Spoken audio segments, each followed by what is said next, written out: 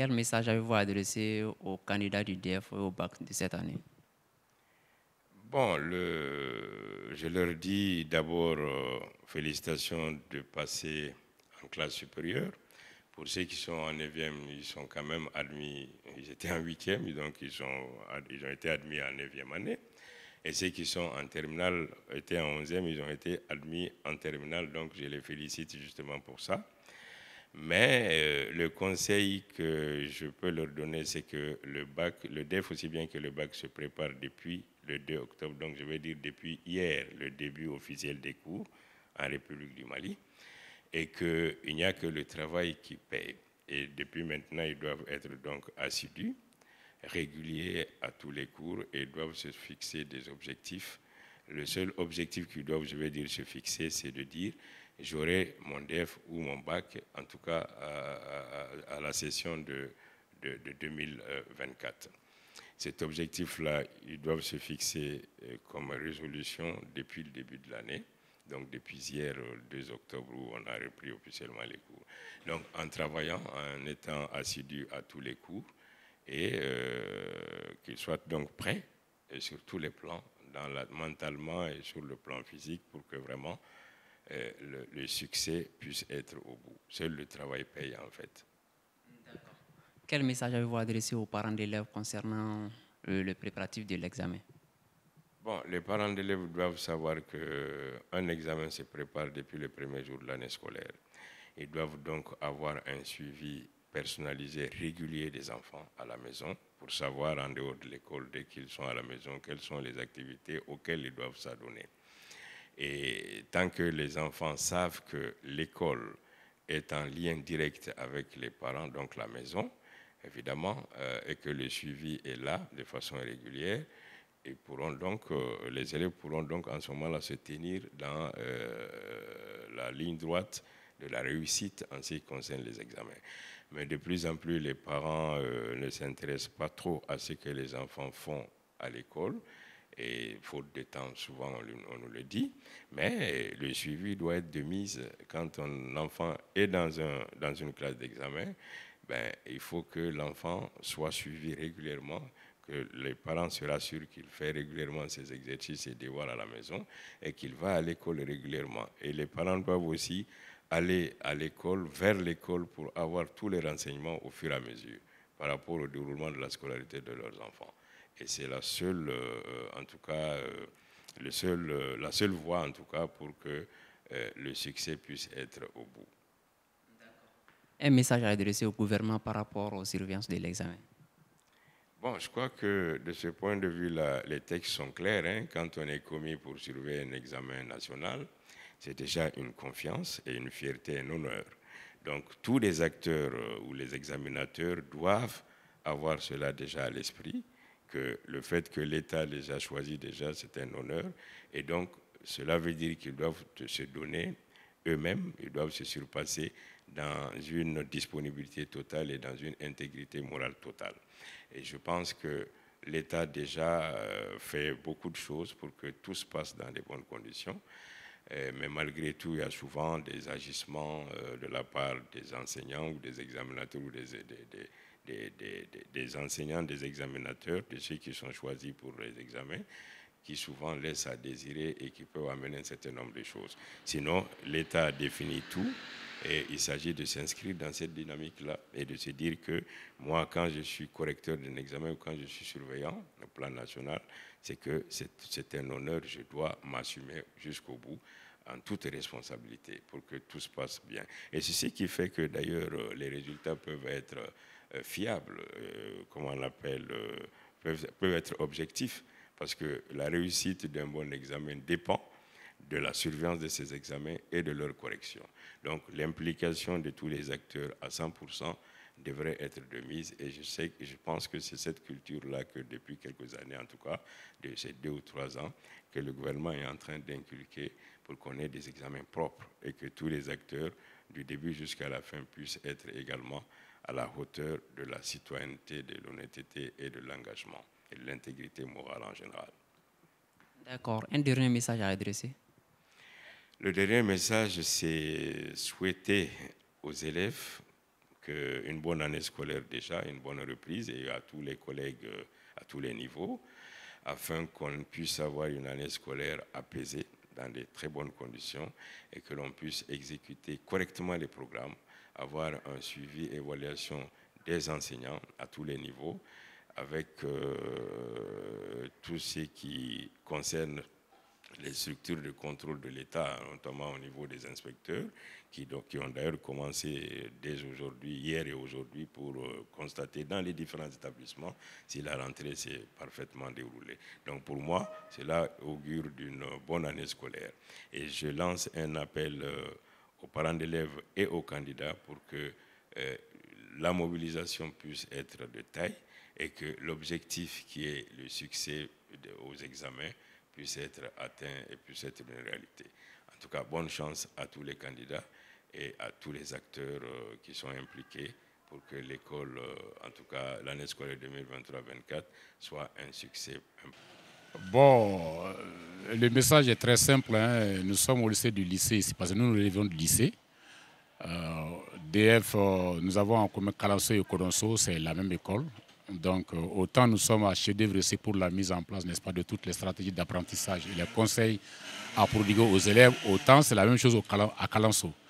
Mais d'ores et déjà ici à Kodonso, avec la rentrée scolaire, les préparatifs de la rentrée, nous avons mis, n'est-ce pas, tous les points sur les i.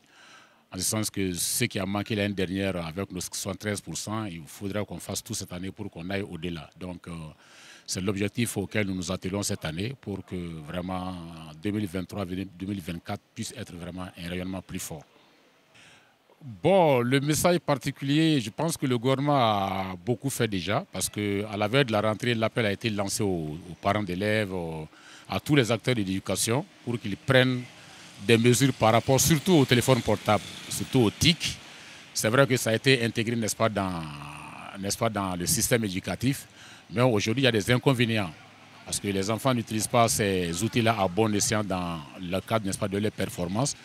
Au lieu que ça soit fait, n'est-ce pas, de façon optimale, ils le font, n'est-ce pas, ils utilisent, n'est-ce pas, les médias à d'autres fins. Donc, ce qui constitue un désavantage pour les enfants, parce que plus ils sont accros au téléphone à ne pas faire l'essentiel, plus ils vont vers, n'est-ce pas, la dérive.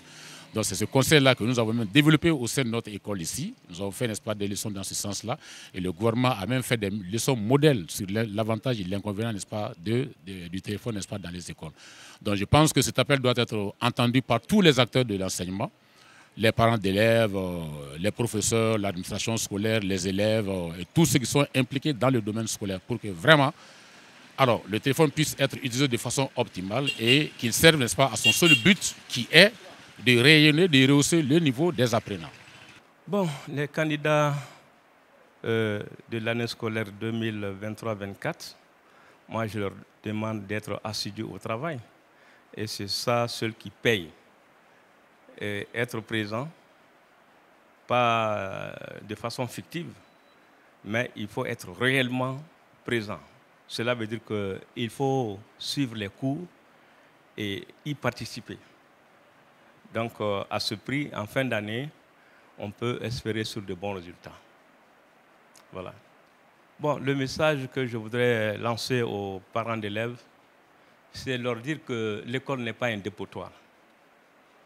Hein, ce n'est pas un dépôt d'ordures. Donc, quand vous inscrivez votre enfant à une école, et vous êtes devenu partenaire de cette école-là. Donc, ce partenariat, il faut que ça vive réellement. Donc, des deux côtés, il faut que vous veniez à l'école et que l'école aussi vienne à vous. Comme ça, alors ensemble, on peut quand même arriver à... Bien. Donc, moi, je pense que l'État joue déjà son rôle. Et par rapport à la surveillance, je crois que l'État doit réellement engager des enseignants, des formations, au lieu de prendre n'importe qui et de le faire surveiller le baccalauréat. Donc l'État doit engager des enseignants de formation. Voilà. Donc, et maintenant, le rôle essentiel est joué par les surveillants qui sont dans les salles d'examen. On doit surveiller de façon équitable et responsable les candidats. en ce sens que il faut donner la même chance à tous les candidats. On ne doit pas être laxiste. Ils doivent subir une surveillance de qualité. Hein? En cela, ils ont la même chance. Mais on ne doit pas être laxiste. Hein? On ne doit pas être laxiste. Voilà. Et c'est les cadres de demain, il faut leur apprendre la bonne manière. Donc, si on veut un Mali-Croix, il faut des Mali-Croix. Hein? Voilà, donc Mali-Croix est égal à Mali-Croix. Il faut former les enfants à cela. Bon, mais l'examen, c'est... Moi, je pense que quand on organise un examen, les sujets sont dûment choisis par le département. Donc, à ce titre, il n'y a pas de problème. Parce que nous avons des inspecteurs qui sont aguerris, qui savent choisir les sujets. Hein? Donc, si l'État joue ce rôle-là, et tous les partenaires doivent être dans cette lignée. Tous les partenaires. Voilà. On fait un examen, on fait suivre un examen de qualité à nos enfants pour avoir de bons résultats et avoir des cadres formés à ce titre. Voilà. Quels sont tes préparatifs personnels par rapport à l'examen? Oui, l'examen, c'est quelque chose qui approche et vraiment, on ne doit pas stresser pour ça, quoi. C'est pas quelque chose qui doit être pris à la légère aussi, quoi. On ne doit pas stresser aussi parce que le stress, c'est pas bien. Et là, maintenant, on va commencer à laisser quelques mauvaises habitudes, à s'organiser, à prendre les cours au sérieux, à plus travailler les exercices. On va se donner à fond et Inch'Allah, on l'aura. Ouais, un conseil à donner à tes camarades? Oui, le conseil, c'est... S'il vous plaît, ne comptez pas sur les sujets en fuite. Et puis, ne trichez pas les téléphones. Et puis, les exercices surtout. Il faut premièrement écouter le prof. Tout se passe en classe. C'est la base. Tout ce qui se passe en classe, il faut maîtriser ça. Et après, les exercices viennent en deuxième position. Voilà quoi. Il ne faut pas avoir peur, il ne faut pas stresser. Parce que le stress aussi, ça diminue tes compétences, quoi. Il faut avoir confiance en soi et voilà. Un message adressé aux parents? Bon, moi, je remercie particulièrement mes parents parce qu'ils me soutiennent à chaque étape de ma vie, surtout ma vie scolaire. Ils me donnent des conseils, chaque fois, surtout mon père. Et voilà quoi. Je demande aux parents de ne pas laisser leurs enfants tout seuls, de leur soutenir quoi. Et puis, de ne pas les laisser seuls. De compter sur eux et les laisser faire leur propre choix. Il ne faut pas qu'un parent force un autre à aller faire une autre série, par exemple exact, alors que la personne peut faire l'expérimental. Donc ça peut jouer sur la personne et ses compétences. Ok, tout d'abord, je vous salue et vous qui m'avez tendu le micro.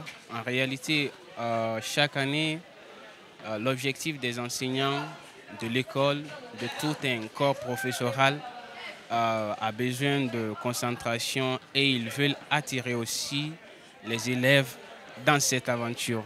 Parce que vous savez bien sûr, pour un professeur, toute une réussite dépend de la réussite de ses enfants, de la réussite de ses apprenants, de la réussite de ses élèves. Donc pour cela, le conseil que j'ai à donner à tout un élève, c'est d'être trop performant et puis d'essayer encore d'améliorer chaque fois les niveaux s'il y a une lacune avant l'examen. Parce que pour nous, l'examen ne se prépare pas dès justement, l'examen ne se prépare pas à la veille de l'examen. Bon, pour nous, l'examen se prépare dès les premiers pas. Donc, ce qu'on a à dire aux élèves, c'est qu'ils essayent de se concentrer minimum. Bien sûr qu'on est au début, ben c'est au début en fait qu'on peut faire du mieux. Pour qu'on évite tout stress, pour qu'on essaye d'éviter toute angoisse en réalité lors de l'approche de l'examen. Parce que c'est ce qui arrive généralement chez les élèves. C'est à peu près 3 mois, 2 mois, ils essayent d'accumuler les choses et dans ce lancer-là, ça va les mettre trop de pression, plus la pression encore de l'examen. Donc on les dit chaque fois, on essaye de les sensibiliser sur le fait quoi, que quand on essaye de préparer peu à peu sur les rythmes de l'année, ça serait quelque chose que tout le monde veut en fait, et ça ne serait que la réussite. Donc on les conseille d'être persévérants, d'être ambitieux et d'être dévoués pour la réussite, pour décrocher celui qu'on attend tout, qui est le baccalauréat 2024. Un message adressé à vos collègues. Oh, oui. D'accord, je ne fais que féliciter mes collègues parce que moi, je suis presque le Benjamin de cette école en fait. Donc ce que j'ai à dire à mes collègues, c'est toujours qu'on essaye de collaborer tous en collaboration. C'est ce qui a fait la beauté même de cette école depuis longtemps en fait. Donc dans cette école, la beauté de l'école, c'est la collaboration, c'est le travail d'équipe et c'est l'engagement, c'est le fait d'être pionnier. Et ce qui est l'une de nos valeurs, être pionnier. Et là, on veut donner une autre vision à l'éducation du monde. Celui qui n'est pas ici au Mali. Donc on veut donner cette vision-là qui est quoi? Qui est de préparer un futur meilleur. Donc ce qui dit dans les 3 piliers d'une coéducation, c'est ça qu'on a, le monde comme challenger, c'est-à-dire de nous faire des défis chaque fois à relever pour donner un meilleur futur. Donc c'est le seul message que je peux dire et je félicite mes collègues, mes collègues de travail parce qu'ils sont toujours là l'un pour l'autre et c'est ça la beauté d'une équipe. L'examen, j'ai décidé de changer, que ce soit à l'école ou à la maison. J'ai décidé de suivre les maîtres quand ils expliquent leurs cours, d'être plus concentré et d'arrêter de faire du n'importe quoi. Et surtout de faire beaucoup de révisions et de m'exercer beaucoup. Avez-vous un message adressé à tes camarades? Oui, bon, je leur dirais de ne pas se contenter sur les fuites, sur les sujets qui fuitent et de se concentrer sur ce qu'on leur donne à faire à l'école. Voilà, et de faire beaucoup d'exercices, beaucoup de révisions et surtout de réviser ce qu'on a fait en 11e. Parce qu'il paraît que l'année dernière, on a donné des choses en 11e. Voilà. Un message adressé à papa et maman? Je compte les rendre fiers de moi. Je compte avoir mention très bien ou peut-être excellent.